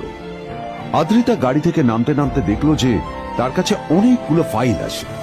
নীলের দিকে তাকিয়ে ওকেই ফাইলগুলো নিয়ে ভেতরে আসতে বলল। তাহলে হা করে দাঁড়িয়ে আছো কেন? ফাইলগুলো নিয়ে ভেতরে এসো।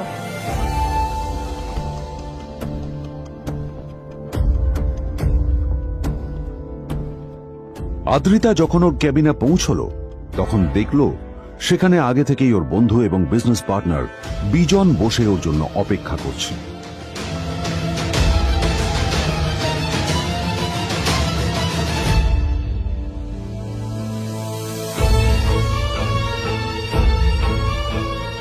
কোথায় ছিলে বলো? আমি 1 ঘন্টা ধরে তোমার জন্য এখানে ওয়েট করছি। এই লোকটার কি কোনো কাজকর্ম নেই? 1 ঘন্টা ধরে বসে আমার স্ত্রী আদ্রিতার জন্য অপেক্ষা করছে। সরি বিজন, আমি খুবই দুঃখিত যে বাড়ির কিছু লোকের জন্য না আমার সবসময় লেট হয়ে যায়। আদ্রিতার কথা শোনার পর বিজনের 1 ঘন্টা অপেক্ষা করার অভিযোগ 1 মুহূর্তের মধ্যে মিলিয়ে গিয়েছিল। কি হলো? হাসছো কেন? লটারি পেলে নাকি? লটারি? হ্যাঁ, তুমি আসা মানে আমার কাছে লটারির থেকেও বেশি দাম। তবে তার থেকে কিঞ্চিত কম দামি একটা গিফট আমি তোমার জন্য এনেছি।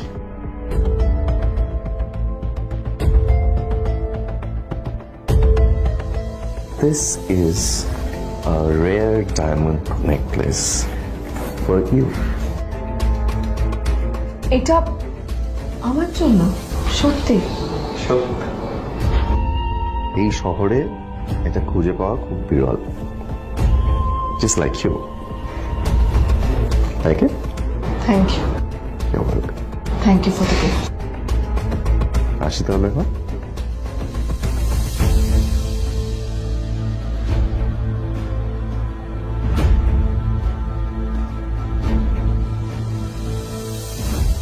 আদ্রিতা, আমি আজ পর্যন্ত তোমাকে কোনো রকম উপদেশ দিইনি, কিন্তু আজ আমি তোমাকে বলতে বাধ্য হচ্ছি। এই যে এই লোকটা তোমাকে শুধুমাত্র ইমপ্রেস করার জন্য একটা নকল সস্তার হীরের গয়না দিয়ে গেছে। এরকম একটা লোকের সাথে তোমার মেশা উচিত না। ভবিষ্যতে কিন্তু তুমি বিপদে পড়বে। আদ্রিতা, আমি তোমাকে কথা দিচ্ছি, আমি তোমার জন্য আসল রেয়ার একটা হীরের গয়না এনে দেবো, এর চেয়েও দামি, এর চেয়ে অনেক অনেক বেশি দামি। তার জন্য আমাকে যাই করতে হোক না কেন, আমি তোমাকে একদিন ঠিক এনে দেবো, ঠিক এনে দেবো তোমাকে। তাদের বিয়ে হয়েছে 2.5 বছর। এর মধ্যে প্রথমবার তার মনে হলো নীল তার জন্য লড়াই করছে। নীলের এই রূপটা দেখে আদ্রিতা চমকে গেল। আজ প্রথমবারের মতো আদ্রিতার মনে প্রশ্ন এলো, নীলকে নিজের থেকে দূরে সরিয়ে রেখে আমি কি কোনো ভুল করছি? না না, এটা আমি কি ভাবছি? বিজন আমার বিজনেস পার্টনার, ও আমাদের মেইন ইনভেস্টর। নীলের এই অ্যাকশনের কারণে বিজন আমার কোম্পানি থেকে ব্যাক আউট করে গেলে কি হবে? না না না না না, নীলের জন্য আমি আমার এত বছরের পরিশ্রমকে জলে দিতে পারি না। আমার নীলকে নয়, আমার বিজনকে প্রয়োজন। এইসব ভাবতে ভাবতে আদ্রিতার নীলের ওপর রাগ হতে শুরু করে। আদ্রিতার রাগ তখন চরমে উঠে যায়। আজ প্রথমবার নীল আদ্রিতার সাথে খারাপ ব্যবহার করেছে। How dare you! তোমার এত বড় সাহস! হ্যাঁ, তোমাকে কে অধিকার দেয় বলো তো যে তুমি আমারই অফিসে দাঁড়িয়ে আমাকেই এতগুলো উল্টোপাল্টা কথা তুমি শোনালে? তোমাকে এখানে আনাই আমার ভুল হয়েছে, সবচেয়ে বড় ভুল হয়েছে। এবার চুপচাপ এখান থেকে বেরিয়ে যাও, right now. Get out! Neel আদ্রিতার এই কথার কোনো উত্তর দিল না। নীল জানতো যে ও যতই কথা বাড়াবে আদ্রিতা ততই বেশি রেগে যাবে। আদ্রিতা যেন তেন ভাবে নিজের রাগ চেপে ব্যাপারটা ওখানে শেষ করার চেষ্টা করলো, কিন্তু ও তো জানতো না যে ব্যাপারটা তখন সবে শুরু হয়েছে। কি হলো, শুনতে পাচ্ছিস না? কালা নাকি? আমারই সামনে দাঁড়িয়ে আমার কেনা গিফট নিয়ে তুই মজা করলি? কত বড় সাহস রে তোর! নিজেকে তো বিক্রি করে দিলে ওরকম একটা ডায়মন্ড নেকলেস তুই কিনতে পারবি না। তোর এই গরিবের পারফিউম, সস্তা শার্ট, পায়ে একটা ফাটা চপ্পল নিয়ে নিজেকে বড় হিরো মনে করছিস? তোর নিজের কত দাম সেটা তোর নিজের জানা উচিত। Zero, big zero. সালা খরচা মাই। চল।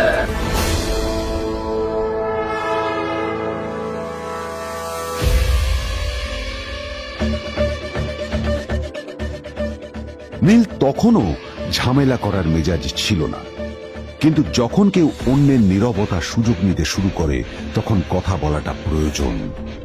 নীল আঙুল তুলে পেছনের দিকে ইশারা করে। প্রথম কথা, ওই যে ওখানে দাঁড়িয়ে আছে, ও আমার স্ত্রী।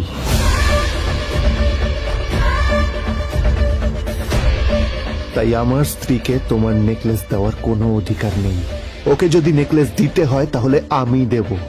তাই এসব ফ্রডগিরি বন্ধ করো। আর দ্বিতীয় কথা, যার পকেটে পয়সা নেই ঝনঝন আওয়াজ করা তার মানায় না।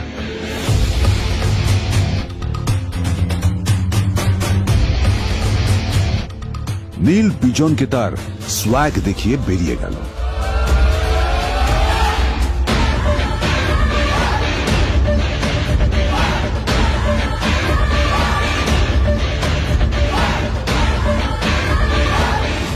আদ্রিতার রাগে গজগজ করছিল। ওর জ্বলন্ত চোখের সামনে শুধু নীলের মুখটা ভেসে উঠছিল। ও যতই নীলের কথা ভাবছিল ততই ওর রাগ বেড়ে যাচ্ছিল। গত কয়েক মাস ধরে আদ্রিতার কোম্পানির অবস্থা একেবারেই ভালো ছিল না। আদ্রিতা তা সামলানোর আপ্রাণ চেষ্টা করছিল। কি যে করবে ও সেইটাই বুঝে উঠতে পারছিল না। তারপর বিজনের সাথে ওর দেখা হলো, আর তখনই বিজনের সাথে ওর বন্ধুত্ব হলো। বিজন একটা খুব বড় পরিবারের সদস্য। আজ বিজন শুধুমাত্র আদ্রিতার কোম্পানির একজন বিজনেস পার্টনারই নয়, সাথে বড় ইনভেস্টরও।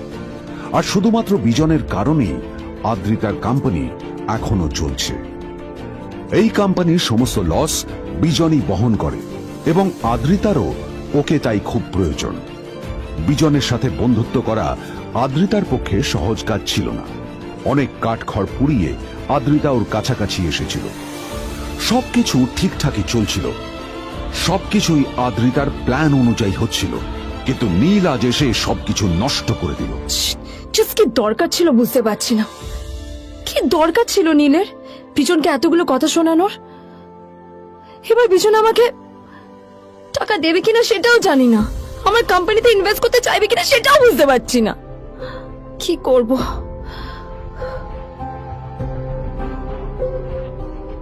এখন আদ্রিতা ওকে কিভাবে বোঝাবে? ভুল করে যদি বিজন ওর টাকা ফেরত চায় তবে আদ্রিতার কোম্পানি সেন কর্পোরেশন খুব বড় সমস্যায় পড়ে যাবে। তারপর কি হবে? সেন পরিবারের দেখভাল কে করবে? এইসব ভাবতে ভাবতে আদ্রিতা নিজের উপরেও রেগে গেল। আসলে দোষটা ওর নিজেরই। আদ্রিতা কেন নীলকে ওদের মাঝে আনতে গেল? নীলকে অফিসে নিয়ে আসারই বা কি দরকার ছিল? আর যদি সে নীলকে সাথে করে না আনতো তাহলে বিজন এখন ওর সাথেই বসে থাকতো।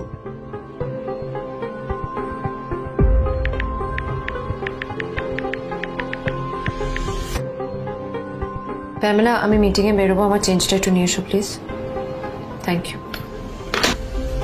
আর অন্যদিকে সেন কর্পোরেশনের অফিস থেকে বেরিয়ে নীলের খুব ফুরফুরে লাগছিল। তখনই হঠাৎ ওর ফোনটা বেজে উঠল। ফোনটা ছিল মিস্টার রায় চৌধুরীর। তিনি ছিলেন শহরের সব থেকে বড় বিজনেসম্যান। হ্যাঁ মিস্টার রায়চৌধুরী, আমি আপনাকেই ফোন করতে যাচ্ছিলাম। আমি একজন বিশেষ লোকের সাথে তোমার একটা মিটিং ফিক্স করেছি। ওর অ্যাড্রেস আমি তোমাকে টেক্সট করে দিয়েছি। আমি চাই তুমি ওই লোকটার সাথে মিট করো। ঠিক আছে, আমি যে কোনো কারোর সাথে দেখা করতে পারি, কিন্তু তার জন্য আপনাকে আমার দুটো শর্ত মানতে হবে। প্রথমটা, আমার জন্য একটা রেয়ার হীরের নেকলেস আপনাকে জোগাড় করে আনতে হবে। আর দ্বিতীয়টা, আমি আপনাকে টেক্সট করছি, এটাও কিন্তু একই রকম জরুরি। এই দুটো কাজ আপনাকে যত তাড়াতাড়ি সম্ভব করে ফেলতে হবে আমার জন্য, ঠিক আছে? তোমার অ্যাকাউন্টে কিছু টাকা পাঠিয়েছি, কিছু জামা কাপড় কেন, যাতে তুমি ভদ্র সমাজে আসার যোগ্য হও আর তোমাকে আমি স্বামীর পরিচয় দিতে লজ্জা না পাই। তোমার কারণে আমার পরিবার লজ্জা পাবে, আমি সেটা চাই না। যখনই দেখি তখনই তুমি ভিখিরির মতো ছেঁড়া ফাটা জামা কাপড় পরে থাকো। আসলে আদ্রিতার বাড়িতে আজ ফ্যামিলি ডিনার পার্টি ছিল, আর শেষবার নীলের জন্য ওকে অনেক ঝামেলা পোহাতে হয়েছিল। মেসেজ পড়ে নীল ফোনটা নিজের পকেটে রেখে রাস্তার ধারে গিয়ে একটা ট্যাক্সি থামানোর জন্য হাত বাড়িয়ে দিল। নীল ট্যাক্সি ধরে গোল্ডেন সিটি অ্যাভিনিউর দিকে বেরিয়ে পড়ল। গোল্ডেন সিটি অ্যাভিনিউ শুধু কলকাতারই নয়, এটা ছিল সারা পশ্চিমবঙ্গের সবচেয়ে বিলাসবহুল সোসাইটিগুলোর মধ্যে একটা। আসলে এই সেই জায়গা যেখানে মিস্টার রায়চৌধুরী আজ তার জন্য গোপন মিটিং ফিক্স করেছিলেন। কিন্তু নীল কার সাথে দেখা করতে যাচ্ছে এ সম্পর্কে ওর কোনো ধারণাই ছিল না। যখন নীল সেখানে পৌঁছলো, ফুলভিলার বাগানে বসে থাকা লোকটিকে দেখে রাগে নীলের রক্ত ফুটতে শুরু করলো। নীল ওখানে না দাঁড়িয়ে বেরিয়ে গেল। তখনই হঠাৎ একটা মেসেজ এলো। আসলে আজ আদ্রিতার ফ্যামিলি গ্যাদারিং এ যাওয়ার আগে নীলকে ওর হাই স্কুলের রিইউনিয়নেও যেতে হতো। গ্রাজুয়েশনের পর এত বছরে এই প্রথম নীল তার কোন কলেজ বা স্কুলের রিইউনিয়নে যাচ্ছে। এতগুলো বছরে নীল তার কোনো বন্ধুর সাথেই দেখা করেনি। নীলের তার পুরনো সহপাঠীদের কথা মনে পড়তে লাগলো, যাদের সাথে ও স্কুলে মজা করত। আজ আবার ওদের সকলের সাথে নীলের দেখা হবে।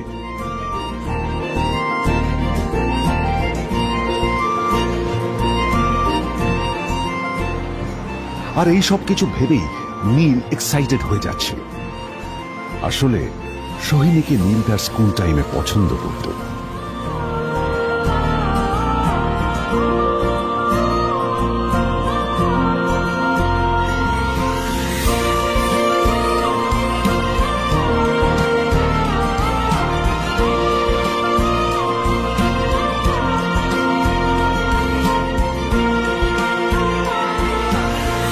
অন্যদিকে সেন কর্পোরেশনে ইনভেস্টরদের সঙ্গে আদ্রিতার মিটিং একেবারেই ভালো যায়নি। তাকে দেখে বেশ গম্ভীর মনে হচ্ছিল।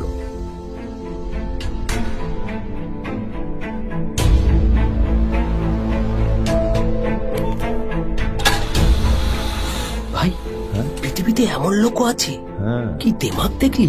হ্যাঁ, কাজকর্ম তো কিছু করার নেই, আর কিছু করেও না। হ্যাঁ, শুধু চলে এসছে আমাদের ম্যাডামকে রাখাতে। এই 1 বছরে না কিচ্ছু বদলায়নি। আরে আমি তো ভেবেছিলাম যে এর সাথে ম্যাডামের আর কোনো সম্পর্কই নেই, কিন্তু না, এখন যা দেখছি উল্টে ম্যাডামের মাথায় উঠে নাচছে। আমার মাঝে মাঝে মনে হয় এদের দুজনের বিয়ে কিভাবে হলো। আর বিয়ে তো অনেক পরের কথা, 2 বছর হয়ে গেল এদের এখনো ডিভোর্স হলো না। হ্যাঁ, আমার তো ভাবলে কিরকম অবাক যা লাগছে। বলেছিস।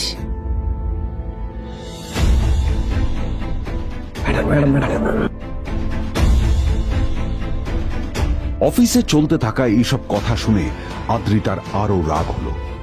আদ্রিতা ক্যাবিনে যাওয়ার পরে রাগকে নিয়ন্ত্রণ করা ওর পক্ষে আরো কঠিন হয়ে গেল। ও তখন বুঝতেই পারছিল না যে ওর রাগ কিভাবে নিয়ন্ত্রণ করবে। আদ্রিতা এটাও ভাবছিল যে নীলের জন্য ওকে আর কত অপমানিত হতে হবে। এসব ভাবতে ভাবতেই আদ্রিতার চোখ গেল ওর বাবার ছবিটার দিকে।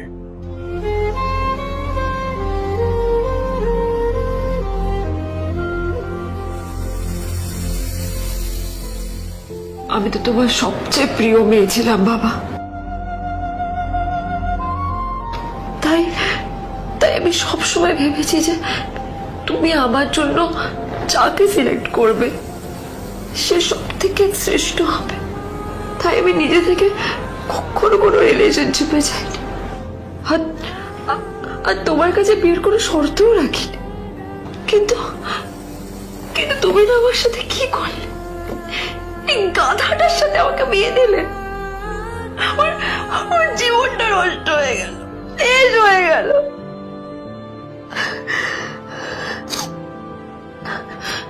আমি যদি একটু জানতাম যে ও কিছু করে না, ঘর চাপাই হয়ে থাকবে, এইসব কাজকর্ম করে, তাহলে আমি কোনোদিনই বিয়েতে রাজি হতাম না বাবা, কোনোদিন না, কোনোদিন।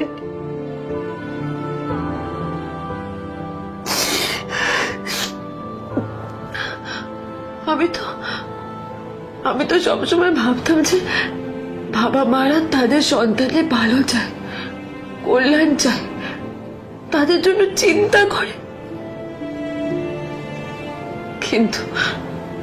কিন্তু বাবা, তুমি আমার জন্য একটু চিন্তা করোনি। তুমি শুধু তোমার শেষ কর্তব্যটুকু করতে চেয়েছিলে, শেষ ইচ্ছাটুকু থাকতে চেয়েছিলে, পালন করা হয়ে গেছে, আর আমাদের তুমি ছেড়ে চলে গেলে। তুমি আমাকে ছেড়ে চলে গেলে। অন্যদিকে নীল রিইউনিয়ন পার্টির জন্য হোটেল প্রাইম স্টারের দিকে রওনা হলো। হোটেল প্রাইম স্টার ছিল শহরের সবচেয়ে দামি হোটেল। ওখানে শহরের সব বড় লোকেরা যাতায়াত করত। নীল যখনই তার পুরনো বাইকটা নিয়ে ওখানে পৌঁছলো, ওর পুরনো জামা কাপড়, পুরনো বাইক আর ওর পায়ে ছেঁড়া চপ্পল দেখে সিকিউরিটি গার্ড ওকে গেটের বাইরেই আটকে দিল। থাম থাম, এই কোথায় যাচ্ছিস শালা ভিখিরি? না না দাদা, আপনি আমাকে ভুল বুঝছেন। আসলে আমাকে ইনভাইট করা হয়েছে, আমি এই হোটেলেই এসেছি। শালা মিথ্যে কথা বলার জায়গা পাস না? হ্যাঁ, মিথ্যে কথা বলার আগে নিজের চেহারাটা তো দেখতিস। এটা একটা প্রাইম হোটেল, বুঝেছিস? এখানে সব শহরের বড় বড় লোকেরা তাদের বড় বড় গাড়ি নিয়ে আসে। শালা তোর মতো একটা ভিখিরি একটা ফ্যাট প্যাটে আওয়াজ বের করা বাইক নিয়ে চলে এসেছিস, আর আমি তোকে ঢুকতে দেবো না দাদা, আমাকে ইনভাইট করা হয়েছে।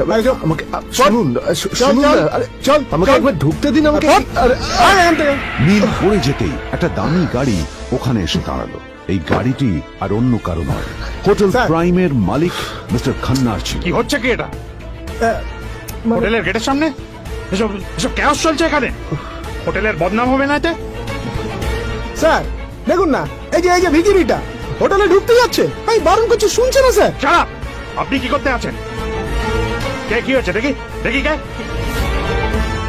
মিস্টার খান্না তার চশমা খুলে নীলের দিকে দেখলেন, আর ওনার মুখটা হাঁ হয়ে গেল।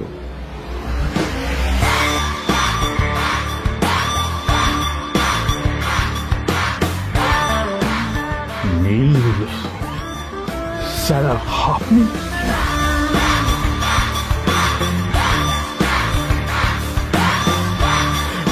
Extremely sorry sir sir sir আপনি একটা ইনফর্ম করেননি কেন আমাকে? আপনি আসবেন জানলে তো আমি নিজে রিসিভ করতে আসতাম আপনাকে। ছি ছি ছি ছি ছি ছি। ঠিক আছে, আপনি আপনি ব্যস্ত হবেন না প্লিজ। জানোইনি কে? নিজের বসকে এভাবে একজন ভিখারিকে হাতে পায়ে ধরতে দেখে